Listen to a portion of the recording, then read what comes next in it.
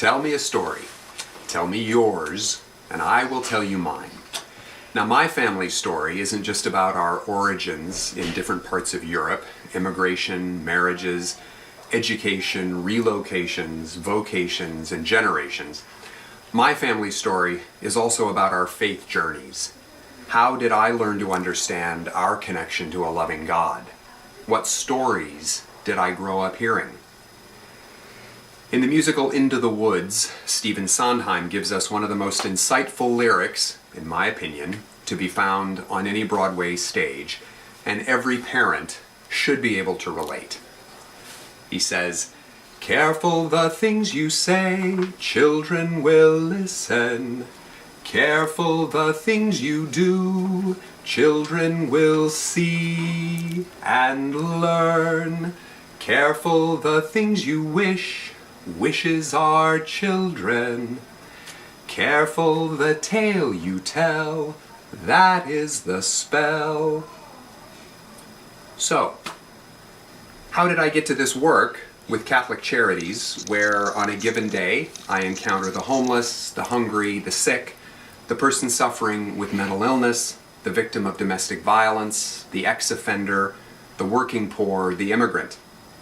Well, my family's faith journey, how they modeled living out faith values, encouraging questions, sharing stories, that, in no small part, is what led me to this life's work.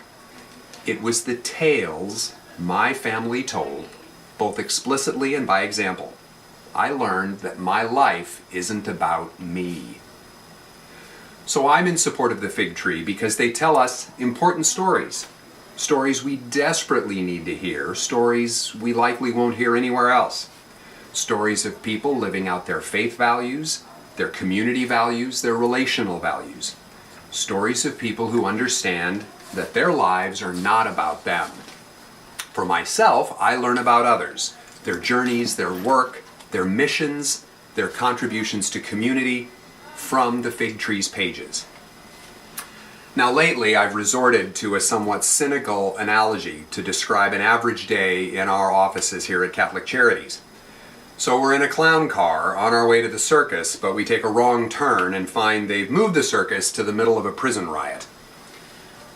My reaction when I pick up the Fig Tree then is important. It's one of slowing down, being able to take a deep breath, focusing my attention, and opening my perspective to read about real people doing real work in real communities, stories I won't find anywhere else. Somebody say real news. We may sometimes feel that community is coming apart at the seams these days. But no less an authority than the Roman orator Cicero reminds us across the centuries, times are bad, children don't listen to their parents, and everybody's writing a book. So, some perspective, please. Remember, our lives are not about us. So when you're tempted to mutter, times are bad these days, reach for the Fig Tree and read good news that happens every day right here in our own neighborhoods. But remember, those tales won't tell themselves, so support the Fig Tree.